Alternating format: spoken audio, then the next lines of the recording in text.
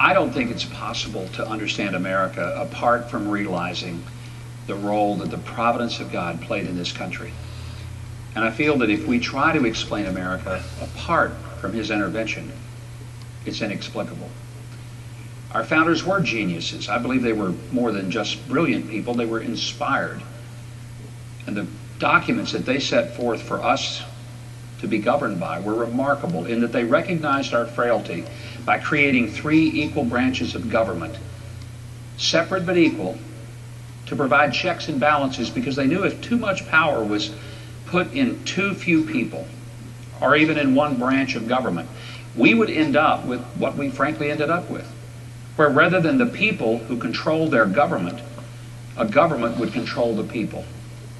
And the system was designed to prevent that, and one of the ways was to have these 3 branches of government very distinct, with limitations of their power, checked by the other 2. I'm convinced that one of the great failures of the last 70 years is we've had executives in the executive branch who have simply surrendered the entire power of the executive branch to the judicial, under the idea of judicial supremacy, that if the court rules that that's it, and it's the law of the land. But my friend, it is not the law of the land if the court rules, because the court cannot make law.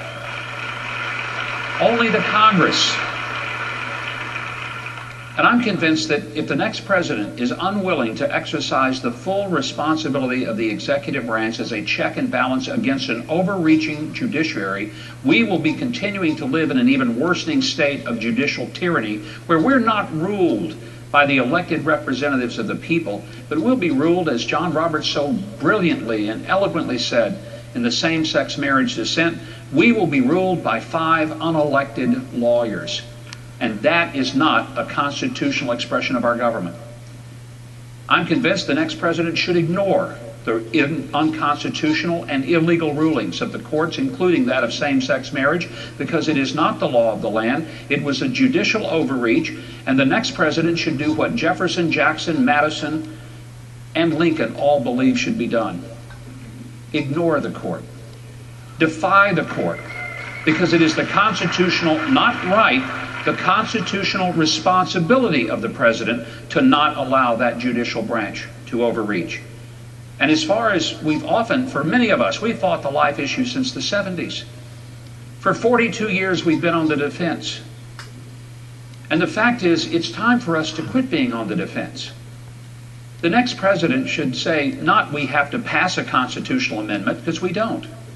We simply accept the Constitution as we currently have it. And we invoke the 5th Amendment, which guarantees due process before you can deprive any person of life or liberty, and the 14th that guarantees equal protection under the law.